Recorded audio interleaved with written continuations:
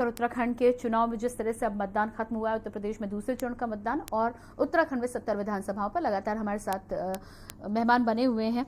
Bureau chief Uttar Pradesh से दिनेश त्रिपाठी हमारे साथ बने हैं, सुभाष झा वरिष्ठ पत्रकार देहरादून से और राहुल शेखावत वरिष्ठ पत्रकार देहरादून से हमारे साथ बने हुए। दिनेश जी, उत्तर प्रदेश की जब हम बातचीत कर रहे थे तो उत्तर प्रदेश की यदि बातचीत करें तो तमाम मुद्दों के साथ ही साथ किसान का मुद्दा उत्तर प्रदेश में हावी नजर आता है, जहां एक तरफ किसानों को लेकर मौजूदा सरकार को लेकर भारी नाराजगी देखने को मिली है। समय समय पर राकेश टिकैत भी उस आग में कहीं ना कहीं घी डालने का काम करते हुए नजर आते हैं अपने बयानों के जरिए। दूसरी बात, कहीं ना कहीं सुरक्षा को लेकर बीजेपी ने लगातार मुजफ्फरनगर या पुराने दंगों को हवा देने का काम किया है। क्या लगता है आपको कि ये जो ध्रुवीकरण करने की कोशिश की गई थी, इसमें क्या सफलता मिली होगी?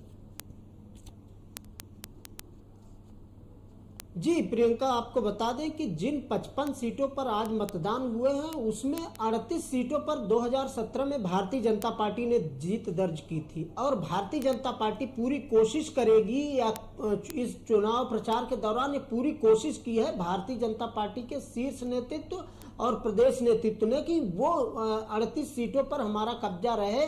जिन सीटों पर हम जीते थे उसको जीते और जहां कम अंतराल से जीते थे उसको भी जीते। इसके लिए भारतीय जनता पार्टी ने पूरी कोशिश की। जो आप दंगों की बात कर रहे हैं, मुजफ्फरनगर दंगों की चर्चा सभी नेताओं ने हो, चाहे मुख्यमंत्री हो, चाहे गृह हो या भारतीय जनता पार्टी के सभी नेताओं ने चर्चा की और ऑर्डर की दुहाई भी दी। हालांकि भारतीय जनता पार्टी लगातार ये कहती रही कि इन 2017 से 21 तक किसी भी तरह की कोई दंगा नहीं हुआ। पश्चिमी उत्तर प्रदेश में लाइन ऑर्डर पूरी तरह से अच्छी तरह से चला है। पूरे 5 साल कोई दंगा नहीं हुआ, कोई माफिया किसी भी तरह का वसूली नहीं कर पाया। इससे पहले पश्चिमी उत्तर प्रदेश में छिनैती, डकैती और किडनैपिंग का मामला लगातार आता था, लेकिन इन 5 सालों में इस तरह की घटनाओं पर पूरी तरह से विराम लगाया भारतीय जनता पार्टी की सरकार ने।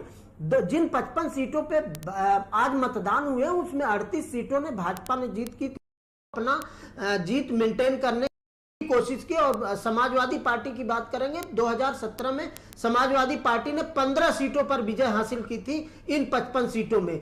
तो समाजवादी पार्टी उस आंकड़े को बढ़ाने के लिए लोकदल जयंत चौधरी से अपना गठबंधन किया और ज्यादातर सीटों पर लोक दल के प्रत्याशियों को उतारा और समाजवादी पार्टी भारतीय जनता पार्टी की सरकार, योगी सरकार की तरह तरह की कमियां खामियां के बीच गिनाया और अपनी 2012 से 17 के बीच की सरकार की दुहाई दी। हालांकि जनता अब किसके पक्ष में जा रही है ये तो उन्होंने आज बंद कर दिया, उनके भाग्य के फैसले।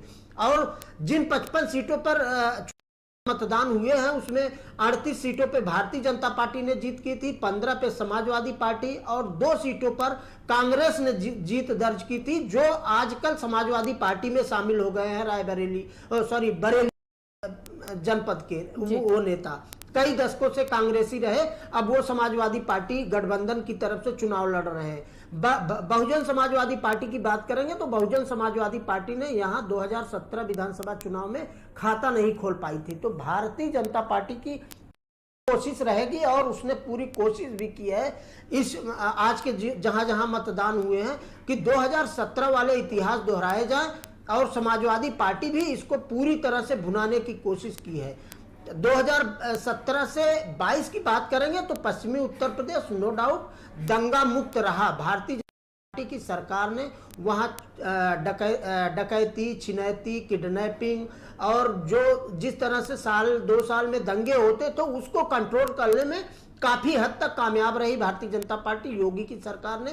तो लगातार भारतीय जनता पार्टी के ने ये जनता को बताने की पूरी कोशिश की है। हाँ, बीच में किसान आंदोलन आया, लेकिन भारतीय जनता पार्टी ने किसानों को भी अपने फेवर में करने की पूरी कोशिश की और काफी हद तक वो लोग कामयाब भी रहे। तो टिकैत बंधुओं की बात करें या किसान संगठनों की बात करें, जिस 1 साल तक लगातार धरने पे बैठे, वो चाहे दिल्ली में रहे हो, चाहे गाजियाबाद में रहे हो या देश के अन्य कोनों में, जहां जिस तरह से लोगों ने धरना दिया, तो भारतीय जनता पार्टी पश्चिमी उत्तर प्रदेश में किसान संगठनों और किसानों को भी मनाने की पूरी कोशिश की।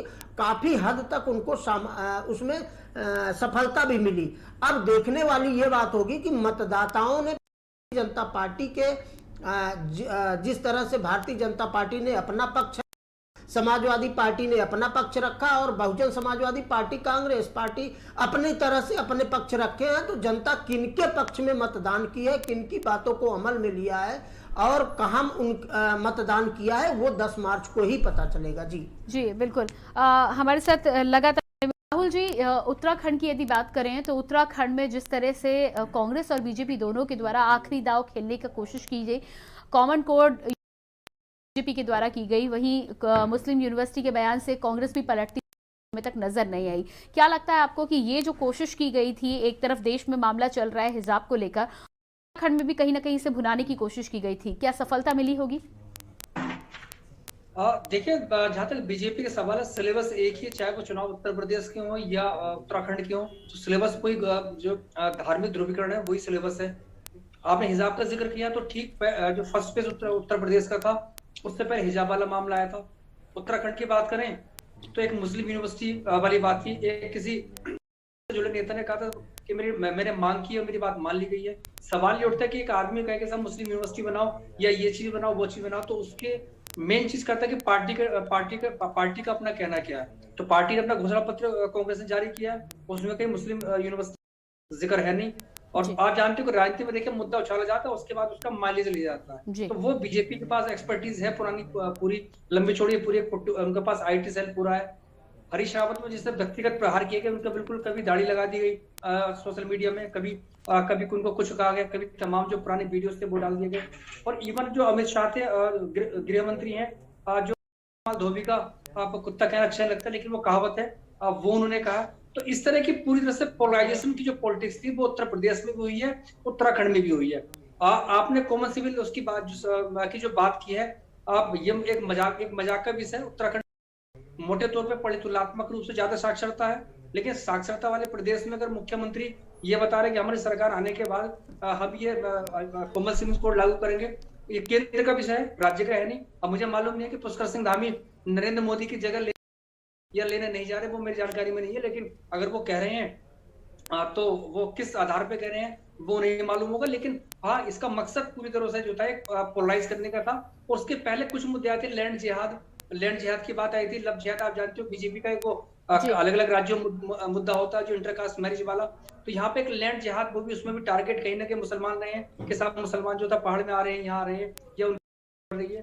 तो ये सारी जो बातें वो कहीं ना कहीं कम्युनल पॉलिटिक्स बीजेपी की है वो करने की कोशिश की गई। लेकिन दिलचस्प बात ये है कि जो बीजेपी का एजेंडा था या जो बीजेपी जिस लेवल पे जा रही थी वो ध्रुवीकरण ना तो यहाँ हो पाया है, और मोटे तौर पर जो पश्चिम उत्तर प्रदेश जो 2 फेज हुए अब वहां भी नहीं हो पाया, क्योंकि जो लोगों की अपनी समस्याएं वो भी है। बेरोजगारी कोई ऐसा नहीं हिंदू मुसलमान का मुद्दा है, जो लोग कोरोना में मरे हैं कोई हिंदू मुसलमान का मुद्दा नहीं, हिंदू भी मरे हैं, मुसलमान भी रहे, पहाड़ के भी मरे हैं, मैदान के भी मरे हैं, उसमें ना कोई जात का भेद है ना क्षेत्र का भेद है। तो ये मुद्दे थे। उसके अलावा महंगाई की बात है, महंगाई का मुद्दा कहीं ना कहीं मैटर किया है। मैं आपको एक एग्जांपल देना चाहूंगा हिमाचल प्रदेश का, जो बाई इलेक्शन हुए थे इन चुनावों से पहले, कोई 3-4 महीने पहले, मतलब ये कोरोना के 3rd वेव से पहले, तो उसमें बाई इलेक्शन में बीजेपी का पूरा सूबा साफ हो गया था। हिमाचल प्रदेश उत्तर प्रदेश उत्तराखंड से लगता हुआ बिल्कुल बॉर्डर दोनों को मिलते हैं, तो एक सिमिलरिटी है, वो भी पहाड़ है यहाँ भी पहाड़ है। तो जो सिलेबस है पुराना या जो एक परिचित जो उनकी राजनीति कहीं ना कहीं वोटर जो है जो यहाँ स्थानीय राहुल जी आपको बीच में रोकूंगी, समय का मुझे इशारा जुड़ने के लिए बहुत बहुत धन्यवाद आपका। सुभाष जी आपका भी बहुत बहुत धन्यवाद। दिनेश जी आपका भी बहुत बहुत शुक्रिया। तो लगातार हम यहाँ पर चर्चा कर प्रदेश और उत्तराखंड में जिस तरह से आज चुनाव संपन्न हुए हैं, उत्तराखंड में 70 विधानसभा सीटों पर, उत्तर प्रदेश में दूसरे चरण का मतदान संपन्न हुआ है। लगातार उन तमाम समीकरणों के बारे में जानकारी लेने की हम कोशिश कर रहे थे, आगे भी आपको ताजा अपडेट देंगे, लेकिन फिलहाल रुकते हैं एक छोटे से ब्रेक के लिए। देखते रहिए के न्यूज। आप देख रहे हैं के न्यूज, खबरों का सारथी। जुबान के लिए उड़ चला गैरों की ज़मीं पर, खुशबू अपने पन की ढूंढता। दूर कितना भी जा, इस जुबान से दूर ना जा पाओगे। विमल, बोलो जुबान केसरी।